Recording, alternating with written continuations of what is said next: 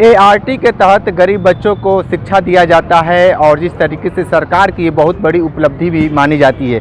वर्तमान सरकार लगातार 8 साल की उपलब्धि गिनाने में जुटी है, सुरक्षा, सेवा और सुशासन की बात करने में जुटी है। तो वहीं बनारस एक बड़ा मामला है और सीधे तौर पे उनका यही कहना है कि हमारे बच्चे स्कूल में पढ़ते हैं और बड़े पैमाने पे उनसे फीस वसूली किया जा रहा है। सीधे तौर पे इनसे बात करते हैं, क्या मामला है। आपका क्या नाम है?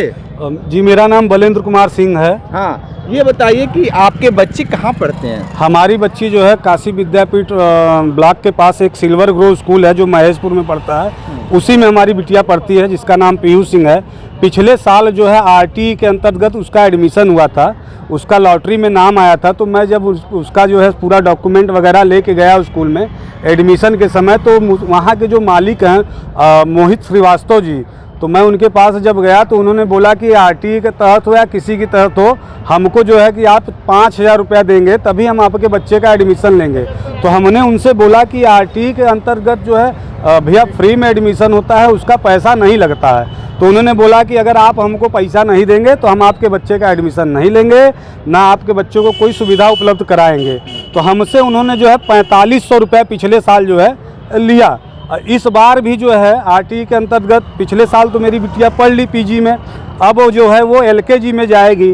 तो मैं फिर कल जो है एडमिशन के संदर्भ में उनसे मिलने गया, तो फिर उनका वाक्य यही था कि पिछले बार तो 5,000 रुपया हम लोग ले रहे थे आरटी का, इस बार हम लोग 6,000 रुपया ले रहे हैं। आप जो है अपने आदमी हैं, हम आपसे 4500 रुपया फिर लेंगे जो कि पिछले बार लिए थे। तो हमने उनसे बोला कि भाई साहब, मैं मध्यम वर्गीय परिवार का व्यक्ति हूँ, मैं इतना पैसा आपको कहाँ से दे पाऊँगा। तो वो बोले कि नहीं, वो तो आपको देना पड़ेगा, और जो है कि वो मैं सारे बच्चों से लेता हूँ, सारे अभिभावक दे के जाते हैं, जिसका जो है कि मेरे पास प्रमाण भी है। मैंने एक वीडियो भी बनाया हुआ है जिसमें उन्होंने मुझसे पैसा भी मांगा हुआ है। लेकिन मैं ये जानना चाहता हूँ कि क्या आरटी के अंतर्गत उनका पैसा लेना उचित है? ये कतई उचित नहीं है। मेरे हिसाब से जो वंचित वर्ग के लोग, मध्यम वर्ग के लोग जो सरकार से अपेक्षा रखे हैं, जिनके बच्चे पढ़ते हैं आरटी के अंतर्गत, जो सौभाग्यशाली होते हैं, उनका नाम आता है उनमें जो है। उसके बाद भी अगर प्राइवेट स्कूल वाले इस तरह से अभिभावकों पे प्रेशर बनाएंगे, मानसिक दबाव बनाएंगे,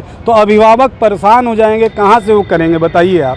ये बताइए कि ऊपर के जो अधिकारी हैं उनसे मिले आप? जी, मैंने जो है कि मुख्यमंत्री पोर्टल पे भी ये डाला हुआ है, और जो है यहाँ के वाराणसी जिले के डीएम महोदय जी से को भी मैंने पत्रक दिया है, और बेसिक शिक्षा अधिकारी महोदय जी को भी मैंने पत्रक दिया है। वहाँ से आश्वासन मिला है कि मेरे जो है कि इस पत्रक पे कार्रवाई की जाएगी।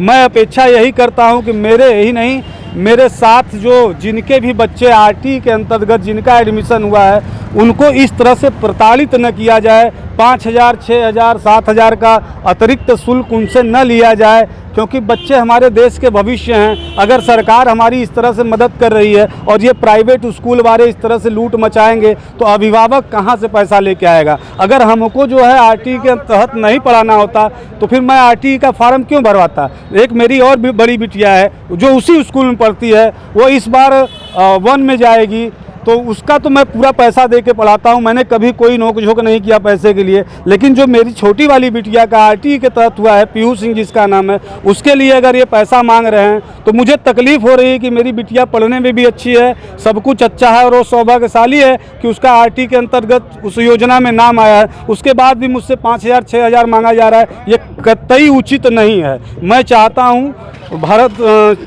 या उत्तर प्रदेश और हर राज्य, हर जिले के स्कूलों पे इस प्रकार से अगर कार्रवाई, ये जो मांग कर रहे हैं पैसे की, इन पर कड़ी से कड़ी कार्रवाई की जाए। कड़ी से कड़ी कार्रवाई की जाए। देखिए, ये अभिभावक हैं और इनकी जो बच्ची पढ़ती है स्कूल में एआरटी के तहत, और लगातार बहुत सारे, ये एक पहला व्यक्ति नहीं है, इनके जैसे और भी बहुत सारे लोग हैं और बहुत सारे स्कूल भी हैं कि जहाँ पे पहले ही से कह रहे हैं कि एडमिशन होता ही नहीं है, और अपने मर्जी से बता देते हैं वहाँ के प्रिंसिपल कि एडमिशन भी हो चुका है, सीट भी खाली नहीं है। तो आप समझिए कि बहुत बड़े तादाद पे यहाँ हिला हवाली चल रहा है, और ये जो बुलडोजर वाली सरकार है, उन स्कूलों पे बुलडोजर नहीं चला पा रही है। सिर्फ हवाई बातें चल रही है। अभिभावक अलग परेशान है, जो शिक्षा लेने के लिए छात्र है वो अलग परेशान है।